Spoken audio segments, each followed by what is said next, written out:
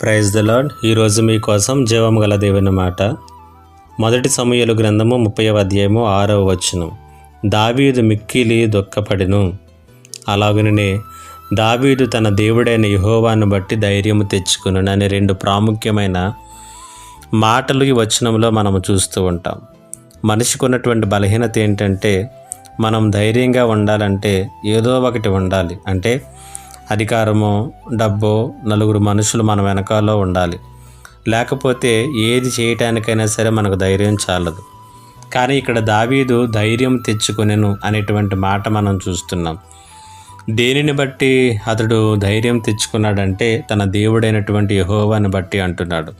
ఇక్కడ దావీదు ఉన్నటువంటి పరిస్థితులు ఏంటంటే, దావీదు దగ్గర ఉన్నటువంటి జనులందరూ కూడా దావీదుకు వ్యతిరేకంగా శత్రువులయ్యారు.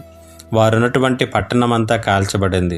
వారి యొక్క పిల్లలను, భార్యలను శత్రు రాజ్యాలు దండెత్తి వచ్చి వారిని దాసులుగా తీసుకుని పోయారు.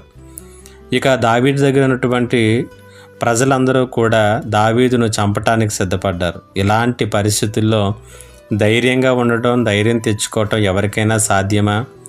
ఈ లోకరీతిగా ఆలోచన చేస్తే అది అసాధ్యమే. కానీ దావీదు తన దేవుణ్ణి బట్టి ధైర్యం తెచ్చుకున్నాడంట. ఆ పరిస్థితుల్లో కూడా ప్రార్థన చేసి శత్రువు యొక్క జాడ తెలుసుకుని ఆ శత్రు రాజ్యాలను కలుసుకుని వారిని ఓడించి కోల్పోయిన దాన్ని అంతటినీ కూడా స్వాధీనం చేసుకున్నాడు.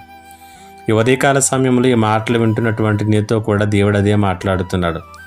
నీ జీవితంలో కూడా ఎటు చూసినా బూడిదే కనపడవచ్చు. నీ చుట్టూ ఉన్నవారంతా నీకు వ్యతిరేకం కావచ్చు. ధైర్యం తెచ్చుకోవటానికి నీ మానవ నేత్రాలకు ఏ ఆధారము కూడా కనిపించకపోవచ్చు. కానీ నీ మనోనేత్రములతో చూడు, సైన్యములకు అధిపతి అయినటువంటి దేవుడు ఎప్పటికీ నీకు సహాయం చేయడానికి సిద్ధంగా ఉన్నాడు. ధైర్యం తెచ్చుకొని శత్రువులతో పోరాడు, సమస్యలతో పోరాడు. దేవుడు నీకు సహాయకరంగా ఉంటాడు. ఒకటి మాత్రం మర్చిపోకు, నీ ధైర్యం ఎల్లప్పుడూ కూడా నీ దేవుడై ఉండాలి. అప్పుడు విజయము నీ పాదాల దగ్గర ఉంటుంది. దేవుడి మాటల చేత నిన్ను బలపరచునుగాక.